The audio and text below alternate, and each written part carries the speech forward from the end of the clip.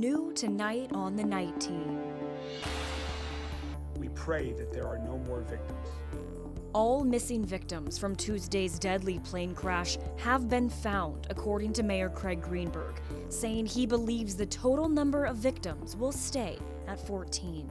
Plus, a business owner left waiting to see if some of those identities come back as 3 of his unaccounted for employees. It's unimaginable.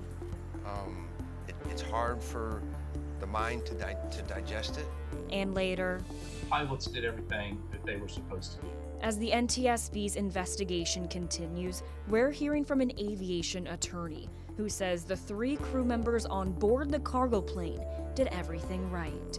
Right now on the WHAS11 Night Team.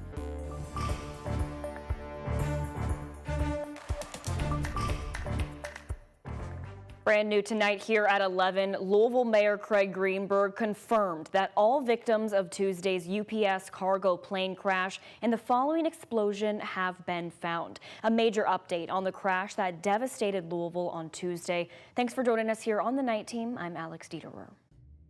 The total number of victims that our search and rescue teams have located at the site of the tragic UPS crash is 13. That matches the total number of missing victims reports that have been submitted to LMPD.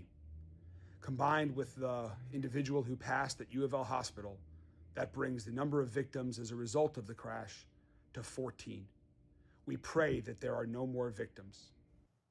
Greenberg says the bodies of the victims are now at the Jefferson County Coroner's Office, who will let the public know when they are identified.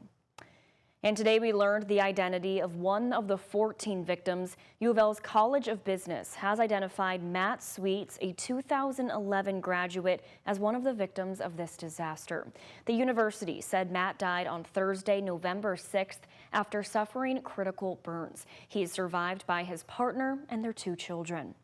Matt is the 6th person to have been identified in the crash, along with Lou Fedden and his 3-year-old granddaughter, Kimberly Asa, as well as the 3 pilots of Flight 2976. That's Richard Wartenberg, Lee Truitt, and Dana Diamond.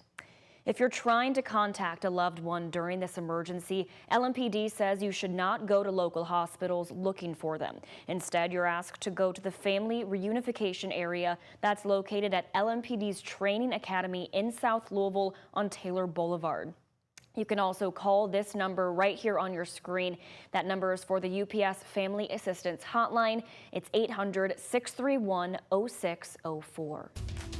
And today at the Nulu Veterans Day Parade, people honored those who have served our country while continuing to feel this immense loss as we remember the victims from Tuesday's crash. Organizers held a moment of silence for the 14 people that have died.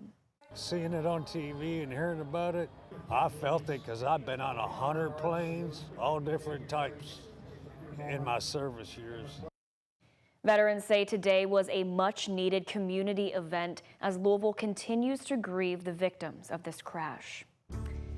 And UPS decided to ground all of their MD-11 planes overnight. That's the same type of plane that crashed on Tuesday. This decision follows a safety recommendation from Boeing. According to Boeing's Safety Review Board, additional engineering analysis is necessary after the crash. UPS says MD-11s make up 9% of its airline fleet, and there are 70 of them in service worldwide. The company says contingency plans are in place to maintain service levels. And as the NTSB investigation continues at the crash site here in Louisville, we heard from aviation attorney Ladd Sanger today, who says the pilots did everything they were supposed to do during such a harrowing scenario. The pilots did everything that they were supposed to do. They followed all the checklists, they made all their speed call outs, they didn't have any abnormalities, lights, or warnings before V1, which means that they were to continue the takeoff and take any further emergencies in the air. So I think that's very important that it absolves the crew of any potential involvement in the case.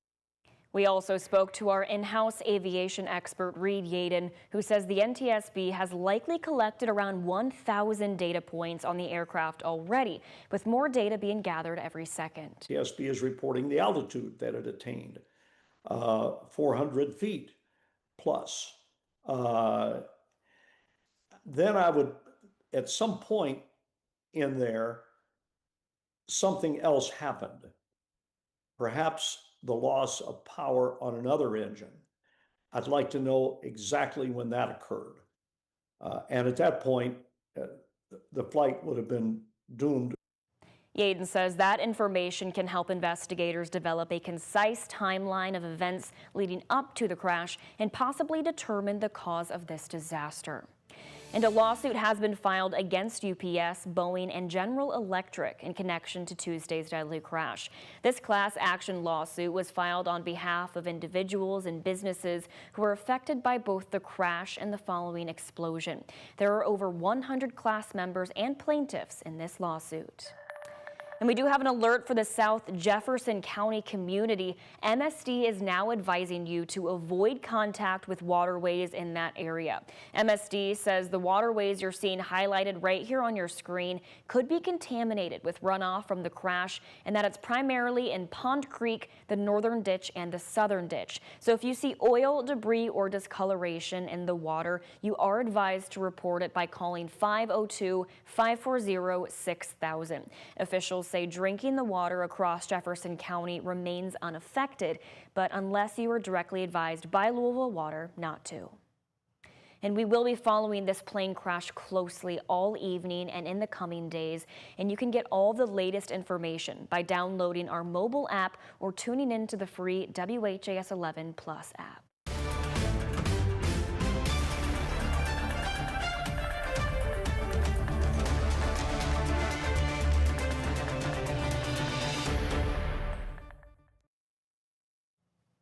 The Andy Beshear-Joe Biden relationship was on display in Omaha, Nebraska this weekend. WHAS11 News was there as Kentucky's governor and the former president both spoke at a Democratic fundraising event. And tonight, Isaiah Kim Martinez and senior photojournalist Alyssa Newton are taking a closer look at how Beshear embraced the former president as the governor himself weighs whether he'll someday run for the White House. But let's give a huge welcome to President Biden, who's here in Nebraska tonight.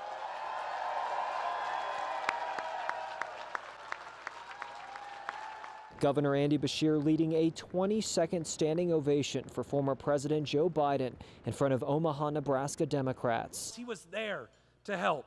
I am deeply grateful for that. Mr. President, thanks for a lifetime of service to our country.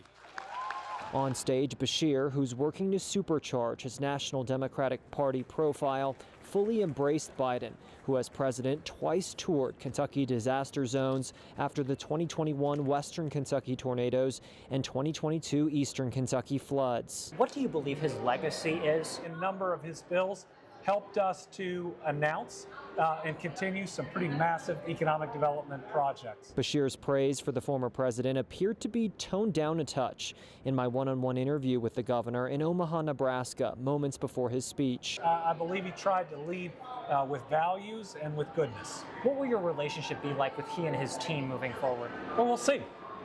He's been fighting cancer. I hear now he's cancer-free, and we'll see the type of role he's looking for moving forward. Andy Beshear! Beshear, who has said he may consider a 2028 presidential run, has at times been critical of the current Democratic Party, which Biden led for 4 years, suggesting they've lost focus of the kitchen table issues Americans care the most about. We talked to voters in downtown Omaha. Here's what Democrat Catherine told us. I mean, we need to get more centrist in general. We've gone way too far on both sides. That's what we're hearing. We're hearing the noise on both sides primarily, and we need to get most of the country somewhere in the middle. Beshear and Biden sat together at the same table for a moment before the governor gave his speech. All right, Nebraska, we need you. We love you. Let's get out there and win. Thank you, Democrats. While speculation swirls around whether Beshear will make a run for the White House, we could see more attention put on the kind of Democratic Party the governor may consider leading. In Omaha, Nebraska, Isaiah Kim Martinez, WHAS 11 on your side. We have the entire speeches from both Beshear and Biden in Omaha streaming on WHAS11 You can also find our full exclusive one-on-one interview with the governor in Omaha on our YouTube page. This coming Monday, we'll be doing a full streaming special with political experts from both parties analyzing Beshear's latest effort to boost his national profile.